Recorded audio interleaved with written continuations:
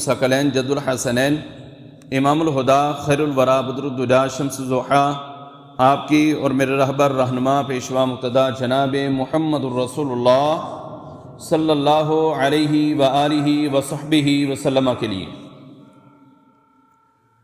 عزیزان گرامی،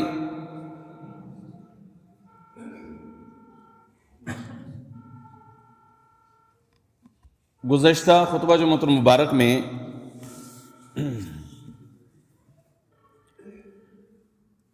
قرآن پاک کے متعلق اور قرآن والوں کی مجلس اور محفل کے متعلق الحمدللہ ہم نے بات چیت کی تھی، اور بھی انشاءاللہ اسی عنوان کے ساتھ میں چند مزید گزارشات آپ کے سامنے رکھوں گا کہ جس عمل پر اللہ رب العالمین اتنا راضی ہوتا ہے کہ اللہ رب العالمین اپنے فرشتے اس عمل کرنے والوں کے اوپر اتارتا ہے، اور وہ فرشتے ان کے لیے دعا کرتے ہیں، رحمت کی دعا کرتے ہیں، مغفرت کی دعا کرتے ہیں، بخشش کی دعا کرتے ہیں، اور ان کو اپنے پروں میں سمیٹتے ہیں۔ یقیناً قرآن ایک عظمت والی کتاب ہے، اور جو انسان بھی، جو مسلمان بھی اس عظمت والی کتاب کے ساتھ تعلق کو قائم رکھتا ہے، اس کے ساتھ تعلق کو جوڑتا ہے، اللہ رب العالمین اس انسان کو بہت زیادہ رفعت اور بلندی عطا فرماتا ہے۔ پچھلے جمعہ کے اندر میں نے آپ کے سامنے حدیث رکھی تھی کہ صحابہ اکرام انہوں نے قرآن پاک کی تلاوت کی تو اللہ رب العالمین نے ان کے لیے فرشتوں کو اتارا، اور اس روشنی کو باقاعدہ صحابہ کرام نے خود محسوس کیا، اور اللہ کے نبی صلی اللہ علیہ وسلم سے جب پوچھا گیا، بتلایا گیا، تو آپ علیہ الصلوۃ والسلام نے فرمایا کہ یہ اللہ کے ملائکہ تھے، اگر آپ صبح تک یہ تلاوت جاری رکھتے تو سارے صحابہ سب لوگ ان فرشتوں کو دیکھ لیتے۔ اسی بارہ میں ہی مزید اس بات کو آگے بڑھاتے ہیں، یہ قرآن کا پڑھنا اور قرآن کا پڑھانا اگر مسجد میں ہو، انہوں نے تو پڑھا تھا اپنے گھر میں اور رات کے پہر میں، مسجد کے اندر اگر کوئی قرآن پڑھتا ہے، قرآن پڑھاتا ہے، اس کی عظمت کیا ہے؟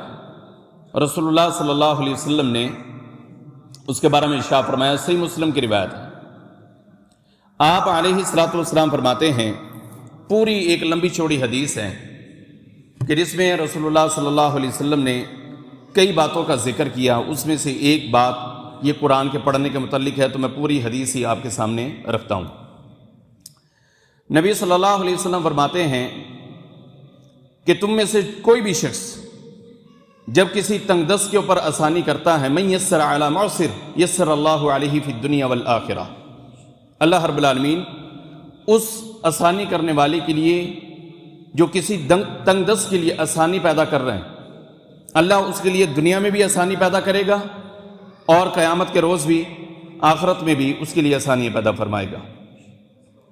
اور رسول اللہ صلی اللہ علیہ وسلم فرماتے ہیں، ومن ستر مسلمہ سترہ اللہ فی الدنیا والآخرہ، کہ جو کوئی بھی کسی مسلمان کی عیب کے اوپر پردہ ڈالے گا، سترہ اللہ فی الدنیا والآخرہ، نبی صلی اللہ علیہ وسلم فرماتے ہیں کہ اللہ رب العالمین اس کے عیبوں پر دنیا میں بھی پردہ ڈالے گا اور قیامت کے روز بھی پردہ ڈالے گا۔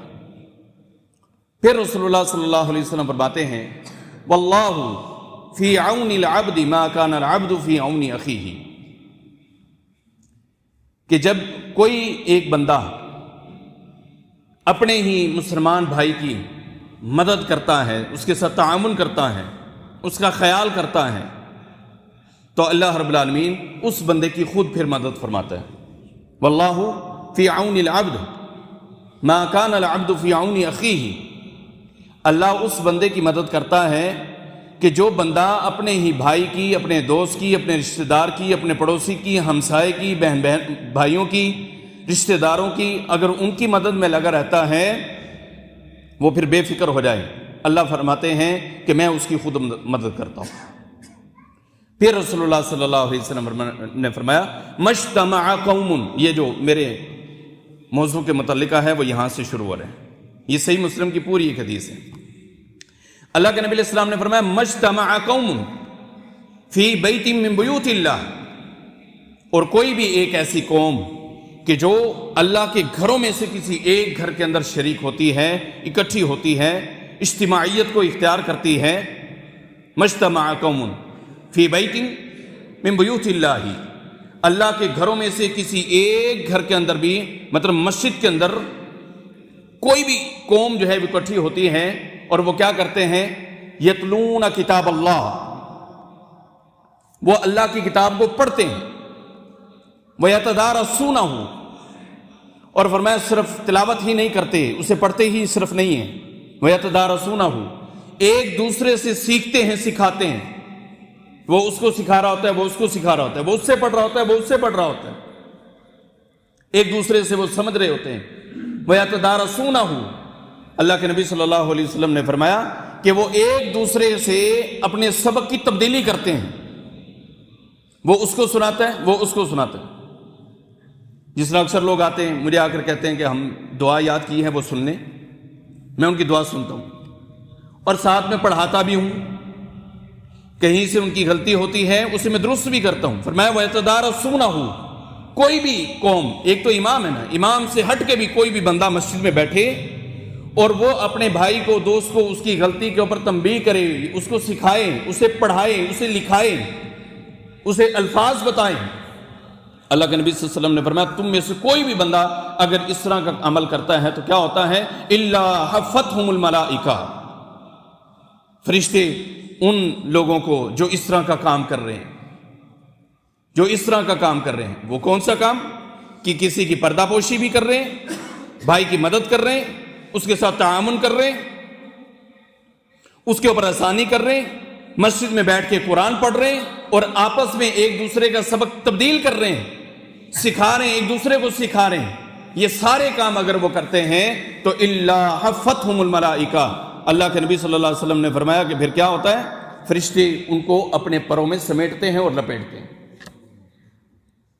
صرف اتنا ہی نہیں، وغشیتہم الرحمہ، اللہ کے نبی صلی اللہ علیہ وسلم فرماتے ہیں کہ رحمت جو ہے وہ ان کو ڈھانپ لیتی ہے، یعنی یہ جتنے بھی قرآن کے تعلیم و تعلم والے لوگ ہیں، قرآن کو پڑھنے اور پڑھانے والے، سیکھنے اور سکھانے والے، ان کو فرشتے اپنے پروں میں لپیٹتے ہیں، سمیٹتے ہیں، اور کیا ہے، رحمت ان کے اوپر آ جاتی ہے، بغشیتہم الرحمہ،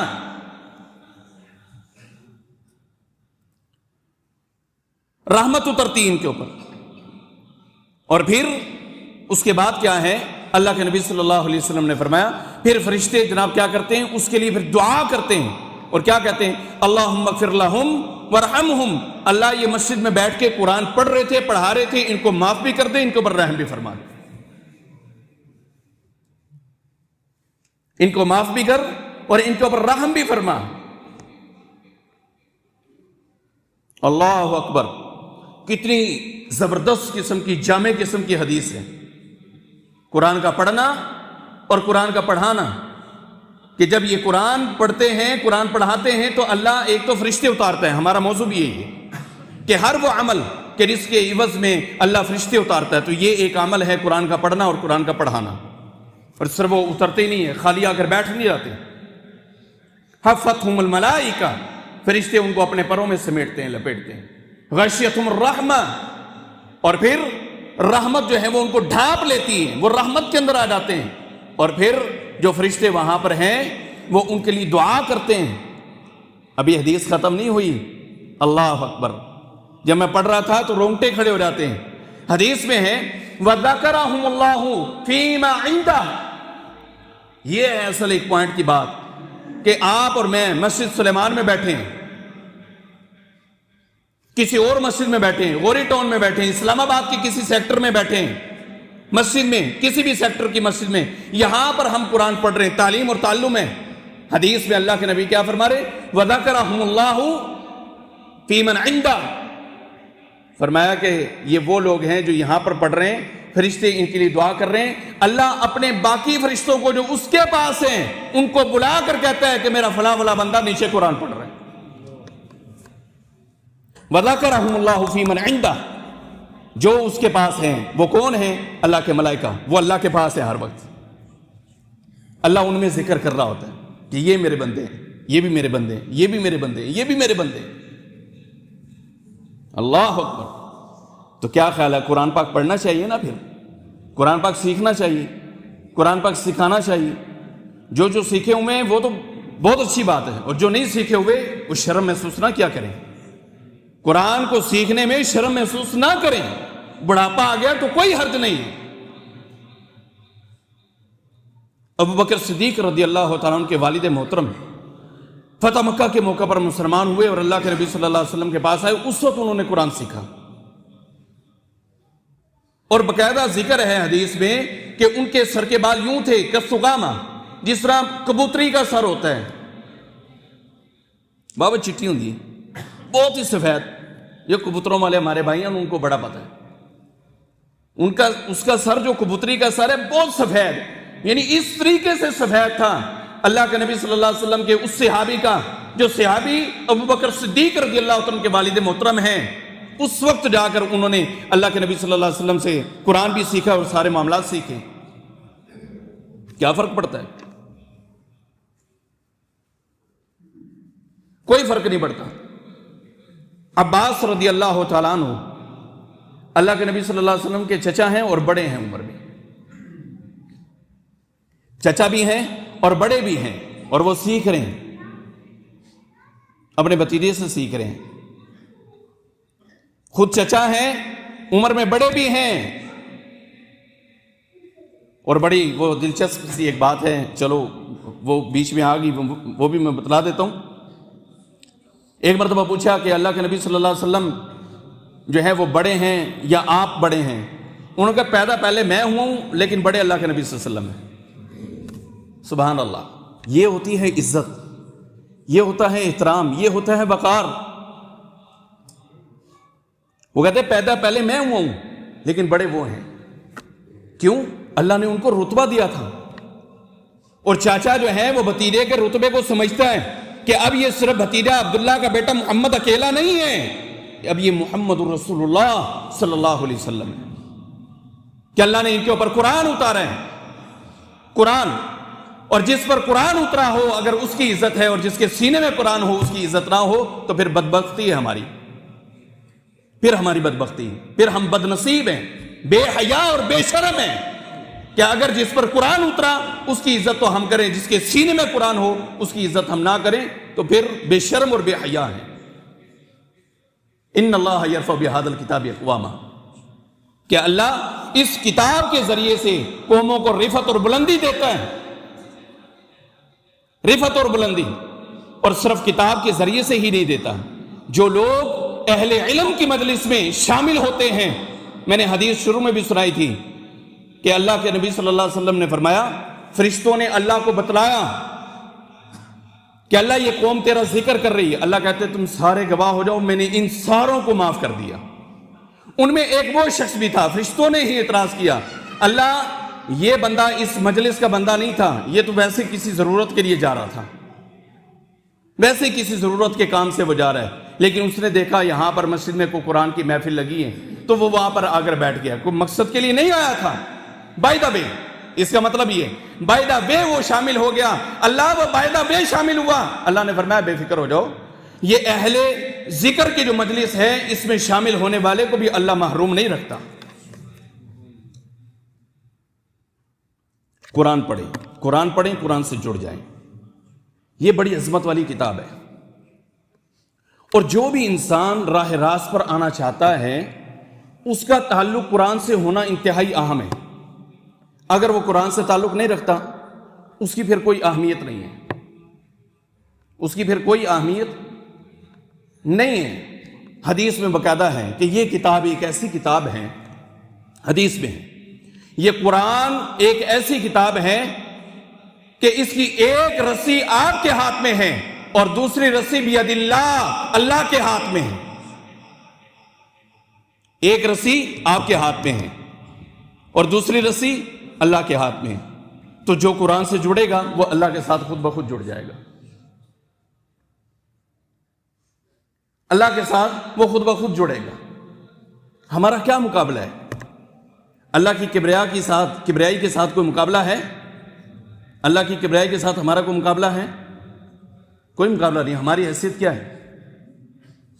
ہماری حیثیت کیا ہے؟ کوئی حیثیت نہیں. اس کی مثال سمجھنے کے لیے بڑی زبردست چیز ہے. غوری ٹاؤن کا اگر میپ اٹھایا جائے، نقشہ اٹھایا جائے، تو اس میں ہمارے 5 7 10 15 20 مرلے کی کیا حیثیت ہوگی؟ اور اگر اسلام آباد کا میپ اٹھایا جائے تو اس میں غوری ٹاؤن کی کیا حیثیت ہوگی؟ اور اگر پورے جناب پنجاب کا اٹھایا جائے تو اس میں ایک جڑا ہوا شہر اسلام آباد کی یا راولپنڈی کی کیا حیثیت ہوگی؟ اور اگر پورے پاکستان کا اٹھایا جائے باقی شہروں کی کیا حیثیت ہوگی؟ اگر دنیا کا نقشہ اٹھایا جائے اس میں پاکستان کی پھر کیا حیثیت ہوگی؟ اگر دنیا کا اٹھایا جائے. اور اگر دنیا کو دیکھا جائے، زمین کو دیکھا جائے، تو یہ سورج کے تابع ہے. اور جب یہ سورج کے تابع ہوتی ہے تو سورج کے مقابلے میں زمین کی کوئی حیثیت نہیں رہتی. جب دنیا اس ساری زمین کی کوئی حیثیت ایک سورج کے برابر نہیں ہے تو پھر اللہ کی کبریائی کے سامنے ہم لوگوں کی کیا حیثیت ہے؟ اللہ کی کبریائی تو ایک علیحدہ چیز ہے. اللہ کے نبی صلی اللہ علیہ وسلم نے مثال دے کر سمجھایا کہ مثال سمجھو. مثال یہ ہے کہ ہماری حیثیت اگر ہم دیکھنا چاہتے ہیں کہ ایک طرف اللہ کا عرش ہے، اللہ کا عرش، اور زمین، یہ عرش کے مقابلے میں زمین اس طرح سے ہے جس طرح ایک چھلا گرا پڑا ہے، ایک انگوٹھی گری پڑی. ایک چھلا، یہ ایک انگوٹھی، زمین پر گری ہوئی انگوٹھی یا چھلا نظر آتا ہے؟ زمین، اس میں صحرا بھی ہے، اس میں سب کچھ ہے، پانی بھی ہے، دریا بھی ہے، سمندر بھی ہے، خشکی بھی ہے، تری بھی ہے، درخت بھی ہے، جنگلات بھی ہیں. اس میں اگر ایک انگوٹھی گری ہوئی ہو تو اس کی کوئی حیثیت ہوگی؟ عرش کے مقابلے میں زمین کی یہ اوقات ہے. پھر بندہ یوں ہی اپنے آپ کو بڑا کہتا پھرے، اللہ کی کبریائی کے سامنے بتاؤ کہ اس کی کیا اوقات.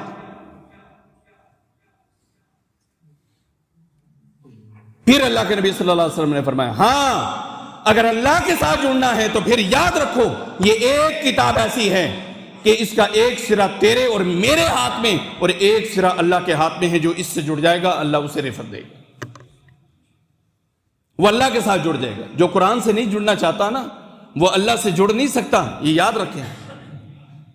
دنیا کے فنون حاصل کر لیں، تعلیم لے لیں، جتنے مرضی فن بندہ سیکھ لیں، لیکن جب تک اس قرآن کے ساتھ تعلق کو نہیں جوڑے گا وہ اللہ کے ساتھ نہیں جوڑ سکتا. لہذا قرآن کے ساتھ جڑیے. ایک اور عمل حدیث کے اندر باقاعدہ ذکر ہے. ابو ہریرہ رضی اللہ تعالیٰ عنہ فرماتے ہیں کہ رمضان کے مہینے میں جو زکوٰۃ اکٹھی ہوتی تھی نا، اللہ کے نبی صلی اللہ علیہ وسلم نے مجھے اس کا چوکیدار بنایا ہوا تھا، میں اس کا پہرے دار تھا. وہ کہتے ہیں کہ میں ایک رات اس جگہ پر تھا جہاں پر بیت المال وہ اکٹھا ہوتا ہے، زکوٰۃ کے پیسے اکٹھے ہوتے تھے، جس جگہ پہ میں وہاں پر تھا. بڑا بہترین عمل ہے، اس کو بھی دیکھیے گا. اس کے اوپر بھی فرشتے جو ہیں وہ مدد کے لیے آتے ہیں. وہ فرماتے ہیں کہ میں ایک رات وہاں پر تھا تو ایک چور اس میں داخل ہوا. چور آ گیا، اس نے چوری کی، سامان اٹھایا، کھانے پینے کا جو بھی وہاں پر تھا. بھاگنے لگا تو میں نے اسے پکڑ لیا. اس نے کہا کہ میں بڑا مسکین آدمی ہوں نا، میرے پلے کچھ نہیں، والی عیال، میرے پیچھے جناب آل اولاد ہیں، عیال ہیں، بھوکے ہیں، روٹی کھانی مجبور ہوں، کو رحم کر دو میرے لیے. ابو ہریرہ رضی اللہ عنہ فرماتے ہیں کہ میں نے جب اس کی یہ ساری باتیں سنی میں نے کہا اچھا اتنا مال پڑا کیا لے جائے گا، چل جا یار موجہ کر. وہ کہہ رہے میں نے اس کو چھوڑ دیا. جب صبح میں نماز کے لیے آیا اللہ کے نبی صلی اللہ علیہ وسلم نے خود پوچھا، یہ صحیح حدیث ہے، آج تک ہم یہی آگے وہ سنتے رہے کہ وہ آ کے انہوں نے بات بتلائی، پھر اللہ کے نبی صلی اللہ علیہ وسلم نے وہ آئے، اللہ کے نبی صلی اللہ علیہ وسلم نے خود پوچھا. اللہ اکبر. نبی علیہ السلام فرماتے ہیں ماذا فعل اسیرک البارحہ، کہ ابو ہریرہ یہ بتلاؤ رضی اللہ تعالیٰ عنہ، رات کو تمہارے قیدی نے تمہارے ساتھ کیا کیا ہے. وہ حیران تھے. اللہ کے نبی صلی اللہ علیہ وسلم کو کہنے لگے اللہ کے نبی وہ آیا چوری کی جانے لگا. اس نے کہا جی میں بڑا مسکین آدمی ہوں, بڑا عیال ہے پیچھے, کھانے پینے والے بیٹھے ہیں, بھوکے مر رہے ہیں, تو چھوڑ دے, مہربانی کر دے. اللہ کے نبی میں نے چھوڑ دیا. اللہ کے نبی صلی اللہ علیہ وسلم نے فرمایا کذبا کا, جھوٹ بولے انہیں تیرے نال, اس نے تیرے ساتھ جھوٹ بولا ہے, لیکن وہ پھر آئے گا, کوئی بات نہیں. ابو ہریرہ رضی اللہ عنہ بھی بڑے پریشان ہیں کہ اللہ کے نبی صلی اللہ علیہ وسلم بات بھی پوچھ رہے ہیں, پھر کہہ رہے ہیں اس نے جھوٹ بولا ہے, پھر کہتے ہیں پھر آئے گا. نبی علیہ السلام نے بھی پوری وضاحت نہیں کی. اگلی رات پھر وہی معاملہ, وہ آیا چوری کی, تو وہ جناب جانے لگا, انہوں نے پھر پکڑ لیا. انہوں نے کہا آج میں تینوں نہیں چھڑنا. انہوں نے کہا جی میں بڑا مجبور آدمی ہوں, کھان پین واسطے کچھ نہیں, مہربانی کرو, رحم کر دو. ابو ہریرہ رضی اللہ تعالیٰ عنہ انہوں نے پھر چھوڑ دیا, انہوں نے پھر چھوڑ دیا کہ چل یار اتنی مجبوریاں دس دیں, چھڑ دو, چھوڑ دیا. صبح فجر کے لیے اللہ کے نبی صلی اللہ علیہ وسلم کے پاس آئے تو اللہ کے نبی صلی اللہ علیہ وسلم نے پھر فرمایا ابو ہریرہ بتلاؤ رات تمہارے قیدی نے تمہارے ساتھ کیا کی ہے. کہنے لگا اللہ کے نبی صلی اللہ علیہ وسلم پھر اس نے اسی طرح سے کی ہے ساری باتیں. آپ نے فرمایا اس نے جھوٹ بولا ہے تیرے ساتھ, وہ پھر آئے گا. تیسری رات کہتے ہیں میں بھی اب تہیہ کر لیا کہ آج تو اس کو میں نہیں چھوڑوں گا, آج یہ آئے سے. جب وہ تیسری رات آیا, چوری کی, چوری کر کے جانے لگا, میں نے پھر پکڑ لیا. پھر اس کے وہی باویلے تھے, وہی اس کے جناب باتیں, وہی بہانے کہ پیچھے عیال ہے, بھوکے ہیں, یہ وہ. کہا کہ نہیں, آج میں تجھے لازمی اللہ کے نبی صلی اللہ علیہ وسلم کے پاس لے کر جاؤں گا. وہ کہتے میں اس نے جب مجھے میں نے اس سے یہ بات کی, انہوں نے کہا جی مہربانی کر, میں نے معاف کر دے, رحم کر, لیکن میں تجھے ایک بات بتلا کے جاتا ہوں, اگر تو کل اس کے اوپر عمل کرے گا تو تیرے اس مال کے اوپر چور کبھی داخل نہیں ہوگا, تیرے مال کو نہیں چرائے گا, کوئی بہانہ بھی نہیں لگائے گا, کوئی مسئلہ نہیں کھڑا ہوگا. ابو ہریرہ رضی اللہ عنہ پریشان ہو گئے کہ یار عجیب چور ہے, بھی چوری کرتا ہے چلا جاتا ہے, دوسرے دن کرتا ہے چلا جاتا ہے. آج میں نے پکڑ لیا کہ اللہ کے نبی صلی اللہ علیہ وسلم کے پاس میں نے لازمی اس کو لے کر جانا ہے, لیکن وہ آگے سے کہتا ہے کہ نہیں آج مجھے تو چھوڑ دے, لیکن ایک عمل میں بتلا کے جاتا ہوں. عجیب طریقہ کار ہے بھائی چور کا بھی, وہ بات سکھا کے جا رہے ہیں. انہوں نے کہا چلو سکھاؤ بھائی, بتلاؤ کیا جو ہے وہ بات ہے, کیا عمل ہے. اس نے سکھایا کہ اے ابو ہریرہ رضی اللہ تعالیٰ عنہ, آپ جب یہاں پر بیٹھتے ہیں نا تو یہاں پر آپ آیت الکرسی پڑھا کریں, اللہ لا الہ الا هو الحی القیوم لا تأخذہ سنۃ ولا نوم الی آخرہ. یہ آپ پڑھا کریں آیت الکرسی, اس کی آپ تلاوت کریں. جب آپ اپنے اس مال کے اوپر یہ پڑھ کر بیٹھ جائیں گے, سو جائیں گے, لیٹ جائیں گے, تو پھر آپ کی چوری نہیں ہوگی. وہ کہتے ہیں میں نے اسے پھر چھوڑ دیا, لیکن اب میں وہ تھا ششپنج میں کہ بھی یہ کیا ہے معاملہ ہے. جب میں صبح اللہ کے نبی صلی اللہ علیہ وسلم کے پاس پہنچا تو پھر اللہ کے نبی صلی اللہ علیہ وسلم نے مجھے پھر کہا کہ ابو ہریرہ تیرے قیدی نے آج رات تیرے ساتھ کیا کیا. تو ابو ہریرہ رضی اللہ عنہ فرماتے ہیں اللہ کے نبی صلی اللہ علیہ وسلم آج رات بھی اس نے وہی باویلا کیا, لیکن ایک مجھے وہ کام سکھا کر گئے. اللہ کے نبی نے فرمایا اچھا کون سا کام ہے. فرمایا کہ وہ مجھے یہ بات سکھا کر گیا ہے کہ آیت الکرسی یہاں پر پڑھا کرو, اگر آپ یہ پڑھو گے تو پھر چوری نہیں ہوگی. تو اللہ کے نبی صلی اللہ علیہ وسلم نے اسے کیا فرمایا, فرمایا کہ اے ابو ہریرہ بندہ جھوٹا ہے لیکن گل سچی سنا کے گیا. بندہ کیا ہے, جھوٹا ہے, لیکن بات تجھے وہ اچھی اور سچی سکھا کر گیا ہے. ابو ہریرہ رضی اللہ عنہ فرماتے ہیں اللہ کے نبی صلی اللہ علیہ وسلم کو بات کی سمجھ نہیں آئی. نبی علیہ الصلوۃ والسلام نے فرمایا ذاک شیطان, وہ شیطان تھا. لیکن اللہ نے اگر کسی کو کوئی بات سکھانی ہو تو کسی شیطان کے ذریعے سے بھی سکھا دیتا ہے, کسی شیطان کے ذریعے سے بھی سکھا دیتا ہے. کوئی اچھی بات کسی کے منہ سے بھی نکل سکتی. اللہ اکبر. یہ ایک ایسا عمل ہے, یہ ایک ایسا عمل ہے آپ گھروں سے نکلتے ہوئے بسم اللہ توکلت علی اللہ لا حول ولا قوت الا باللہ. آتی ہے سب کو دعا, جن کو آتی ہے اچھی بات ہے, جن کو نہیں آتی کوئی بری بات نہیں ہے, لیکن یاد رکھیں دعا کو یاد کریں، گھر سے نکلتے ہوئے دعا پڑھیں، گاڑی میں سوار ہونے لگیں بسم اللہ پڑھیں، دعا پڑھیں جو سواری کی دعا ہے، اور پھر آیت الکرسی لازمی پڑھیں۔ اللہ تعالیٰ ایکسیڈنٹ سے بھی بچاتا ہے، حادثات سے بچاتا ہے، بڑے بڑے معاملات سے بچاتا ہے، اور پھر چوری چکاری سے بھی بچاتا ہے، اس لیے کہ آپ اپنی گاڑی میں نکلے ہیں اب پیسے پوسے لے کے۔ ضروری نہیں ہے کہ جو چور ہے وہ صرف رات کے ٹائم ہی آئے گا۔ آج کل جو پاکستان کے حالات ہیں اس میں تو کوئی پتہ نہیں ہوتا، کسی ٹائم پر بھی جناب کوئی نہ کوئی واقعہ ہو جاتا ہے۔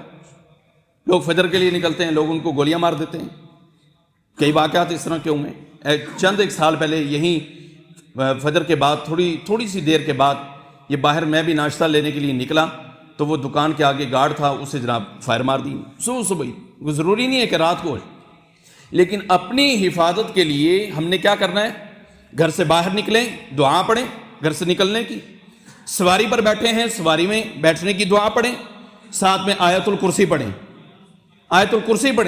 اور پھر اللہ کے سپرد کر دیں۔ انشاءاللہ اللہ رب العالمین آپ کی حفاظت کرنے والا ہے۔ حدیث میں ہے کہ اللہ کے نبی صلی اللہ علیہ وسلم نے فرمایا کہ یہ ایسا عمل ہے آیت الکرسی، جب یہ بندہ پڑھتا ہے نا آیت الکرسی جب پڑھتا ہے تو اللہ رب العالمین اس کی حفاظت کے لیے پھر فرشتے اتار دیتا ہے۔ ہمارا جو موضوع ہے نا وہ فرشتوں کا اترنا ہے۔ بھئی فرشتے کہاں کہاں اترتے ہیں؟ فرشتے کہاں کہاں اترتے ہیں؟ تو یہ آیت الکرسی پڑھنا بھی ایک ایسا عمل ہے کہ اللہ رب العالمین آسمان سے پھر فرشتوں کو اتارتا ہے۔ آیت الکرسی کے بارے میں آخری ایک حدیث بیان کر کے موضوع کو ختم کرتے ہیں۔ اگلے جمعہ میں ایک انشاءاللہ نئے عمل کے ساتھ اور نئے موضوع کے ساتھ جو ہے میں آپ کے سامنے ہوں گا۔ عمل یہ ہے، اللہ کے نبی صلی اللہ علیہ وسلم نے فرمایا کہ کوئی بندہ نماز پڑھتا ہے، 2 رکعت پڑھے، بھلے وہ وتر کی 1 رکعت پڑھے، سنت نفل 2 رکعت پڑھے، فرض کے 4 پڑھے، 3 پڑھے، کوئی بھی نماز فی دبر کل صلاۃ، صلاۃ جو ہے نا یہ نکرہ ہے، یہ معرفہ نکرہ تو ہم سارے جانتے ہیں نا، معرفہ اور نکرہ، یہ جب اسکولوں میں تھے تبھی ہمیں پتا تھا کہ یہ معرفہ ہے اور یہ نکرہ ہے۔ خالد معرفہ ہے اور رجل وہ نکرہ ہے، کوئی بھی بندہ ہو سکتا ہے، لیکن جب اسپیسیفک ہو جائے کہ خالد تو پھر میں ہی خالد ہوں، تو عبد الرحمن تو عبد الرحمن ہے، عبداللہ ہے تو عبداللہ ہے، یہ معرفہ ہے۔ تو صلاۃ جو ہے صلاۃ یہ ہے ناکرہ، عام نماز، کوئی سی بھی نماز۔ اللہ کے نبی صلی اللہ علیہ وسلم نے فرمایا کہ کوئی سی بھی نماز پڑھنے کے بعد اگر آپ آیت الکرسی پڑھتے ہیں، کیا پڑھتے ہیں؟ آیت الکرسی کیا پڑھتے ہیں؟ آیت الکرسی۔ سیکھیں بھائی اس بات کو، کوئی سی بھی نماز ہے، فجر ظہر عصر مغرب عشاء پھر سنت نوافل سارے شامل ہیں، کوئی سی بھی نماز کے بعد اگر آپ پڑھتے ہیں آیت الکرسی، اللہ کے نبی صلی اللہ علیہ وسلم نے فرمایا کہ اس کا فائدہ یہ ہے، لم یمنعہ من الجنت الا الموت۔ اللہ اکبر، بڑی زبردست حدیث ہے۔ اللہ کے نبی صلی اللہ علیہ وسلم نے فرمایا کہ نماز کے بعد آیت الکرسی پڑھنے والے کو اگر جنت میں جانے سے کوئی چیز روکے ہوئے ہے تو اس کی موت ہے۔ مطلب یہ ہے کہ مرے گا تو سیدھا جنت میں، اگر مرتا ہے تو سیدھا کیا ہوگا؟ جنت میں۔ اور ہم کیا کرتے ہیں؟ السلام علیکم ورحمۃ اللہ، السلام علیکم ورحمۃ اللہ۔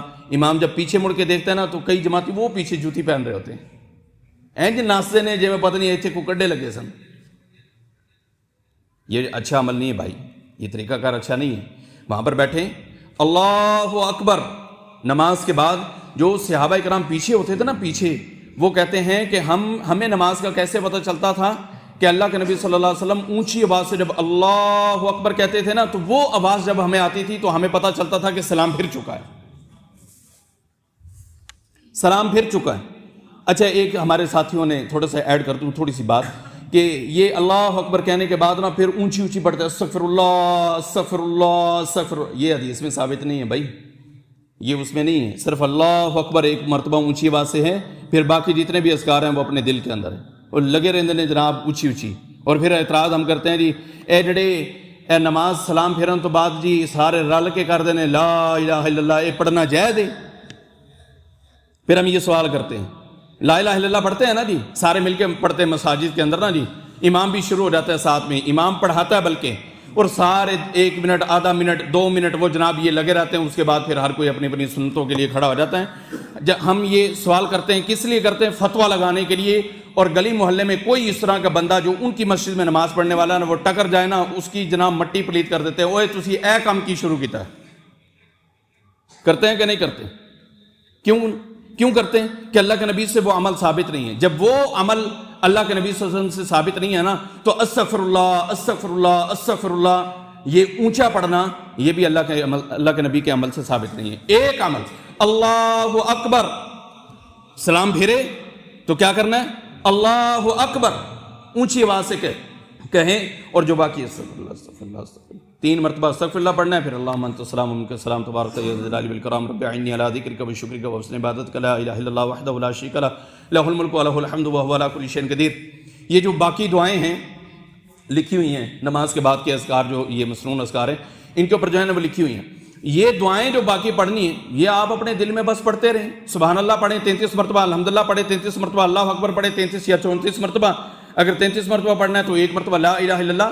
تو یہ عمل کریں، اور پھر آیت الکرسی جو میرا موضوع تھا، آیت الکرسی جو بندہ پڑھے گا تو اس بندے کو جنت سے کس نے روکا ہوا ہے بھائی؟